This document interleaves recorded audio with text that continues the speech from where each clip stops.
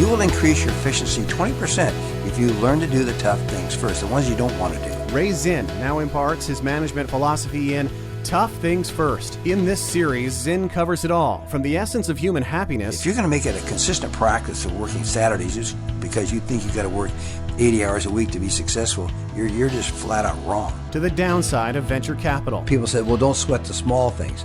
Well, I guarantee if you don't sweat the small things, the big things are going to become a mess. And the essence of entrepreneurial discipline. Don't want to wait until you jump off the cliff to grab a parachute. Now here's Ray Zinn, Silicon Valley's longest-serving CEO. I'm Rob Artigo, former Bay Area radio personality and your host for this edition of the Tough Things First podcast. Here with me once again is Ray Zinn, the longest-serving CEO in Silicon Valley history. Hi, Ray. Hello, Rob. Good to be with you today. Well, Ray, this is a special edition podcast. This is a video podcast. The link is at toughthingsfirst.com. Look up the podcast and click Watch Now for the video at Ray's YouTube channel. So, Ray, we have a great topic today, integrity as the ultimate competitive advantage. So many leaders face pressure, as you know, to take shortcuts for quick wins. They cut corners or make promises, fudging numbers, or prioritizing short-term profits. In your experience, you did 37 years at Micrel. What are the most significant long-term costs beyond just financial penalties that companies may pay if they compromise on integrity, such as employee turnover, customer churn, or reputational damage? Yeah, well, one of our core cultures, as you know, that we've talked about a number of times, has been integrity. So the first one is honesty, means telling the truth at all times, and then integrity is doing what's right when no one's watching.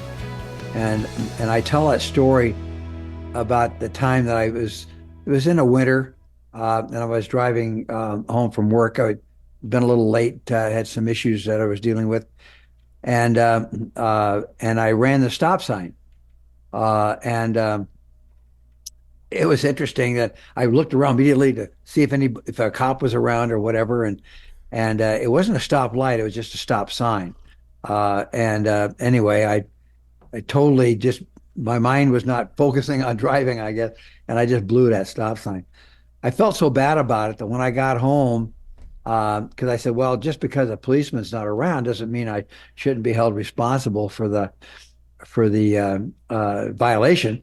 So I called the police department and told them that I had run a stop sign and that I was wanting them to send me a ticket so I could pay it, and that would clear my conscience to know that I had violated the law, but just because there was no one around to policemen around to write the ticket, that I felt I still should owe that money.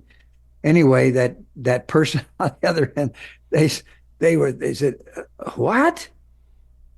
Is this a crank call? And I said, no. I gave him my name and my address and everything, and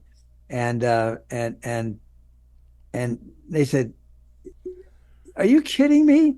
And I said, no, I'm just feeling guilty about running that stop sign. Anyway, they said, well, we get enough crank calls, and they just hung up on me. So they thought it was a crank call, and it's probably sounded like one, but at least I felt like I had done my duty by at least acknowledging that I had broken the law, even though no one had seen me break the law.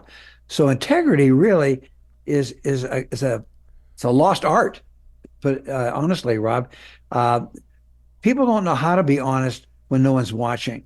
As you know, there's a lot of investigations going on now with fraud, and especially in Minnesota, and they're trying to hide. They're trying to hide the evidence, and so integrity really is an art that, and it is an art. It's an art of to be faithful and truthful, and honest in the way you deal with everyone. And I think it's gotten worse over the last 50 years in my life. Integrity has suffered. People don't believe they have to have integrity. They figure if you can't catch me, then I'm not guilty. And so, they recently raided the election offices or something like that in Georgia, at Fulton, I think it was, and because they're looking for fraud, and fraud really is the thing that causes companies to lose trust of their employees, of their customers, of their suppliers, and I can remember a time when we had an issue with one of our customers where he had was trying to reduce his inventory, and he sent the product back as being defective, and so they were a good customer, and yet it wasn't, the parts were not defective, but well, I'm supposing that the product was good, and they were trying to get rid of their inventory.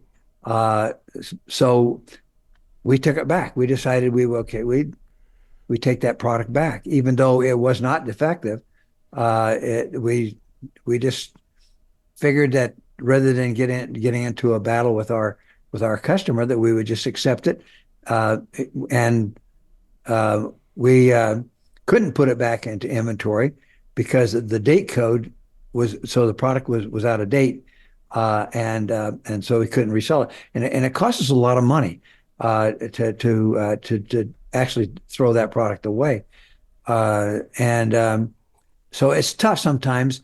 You really have to kind of grit your teeth and bite your tongue, and even though it's going to hurt you, you still got to do what's right. And as the saying goes, the customer is always right. Even though they're not always right, you got to treat them as though they're always right. And your employees respect you for that. I mean, I know that many of the employees knew of that incident, and they respected us for doing it, even though it cost the company a lot of money. And you can't call your customer a crook or a thief because you'll lose them. So sometimes you just have to, even though it may hurt, you still got to do what's right. Well, I was going to ask you what practical steps or leadership behaviors have you seen that work best to embed integrity or as core values in a company? But you talked a little bit about that. And I was also going to ask you about keeping promises and making ethical decisions and how that translates into a measurable competitive advantage. So you lost that product and you lost that money, but in the long run, doesn't it translate to a profit because you have that trust, you build more trust with those customers, you get more business, and then in the long run, it pays for itself. Yeah, that's exactly what happened. Had we fought that return, we would have lost the customers, no question. So it wasn't so much that, in fact, we had to kind of bite our tongue, because according to our analysis that we did on that lot of material that we accepted back, thoughts went through our mind about, man, this customer's being dishonest, but rather than think the negative, we thought the positive. We said, well, okay, according to his measurements, they were defective, and in our mind, it was perfectly good. I don't want to get into the real details of it, but it is, you'd have to question how much integrity the customer had to return that material, because it was out of date. In other words, the date code on the material was dated, but it dated in his factory, not in ours, meaning that he had kept it a while, and then the date was bad on it, meaning it was out of date for them. And so rather than for them eating the material because they couldn't use it, they just returned it to us, and we had to eat it. Yeah, the net result, Ray, there is that this customer, to you, in the eyes of my crowd, this customer was knocked down a few notches in their integrity. So therefore, you have to take some special steps with them because you're a little concerned about them, because that hurts their image in your eyes. Yes. Mm-hmm. It does. Yeah. I mean, you always run that risk. If you don't have integrity yourself, then you run the risk of really causing your image to be defaced, and you end up being hurt in the long run. So you're not always going to win, even though you're right. They say you're right, but you're dead right. You're not always going to gain from every single transaction when you have to accept product back or accept the word of someone else when you know, or you believe anyway, they're not being honest about it. So the integrity is really taking it upon yourself, the responsibility of being trusted and being fair as you would.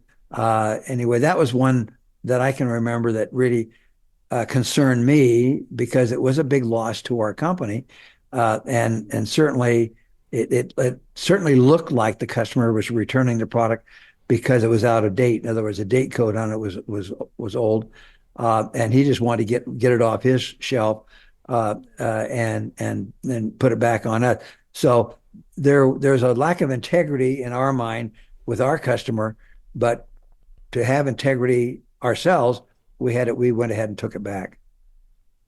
Well, Ray, this has been a great podcast, and I want to remind the listeners that it is on video, and if you go to toughthingsfirst.com, you can click on this podcast. You can see where it says watch the video, and you'll go to Ray's YouTube channel and watch the video there if you want to get this back, because actually there's a lot of really great information in here and actionable ideas and thoughts based on Ray's long experience at Micrel with over 37 years as CEO of that microchip company.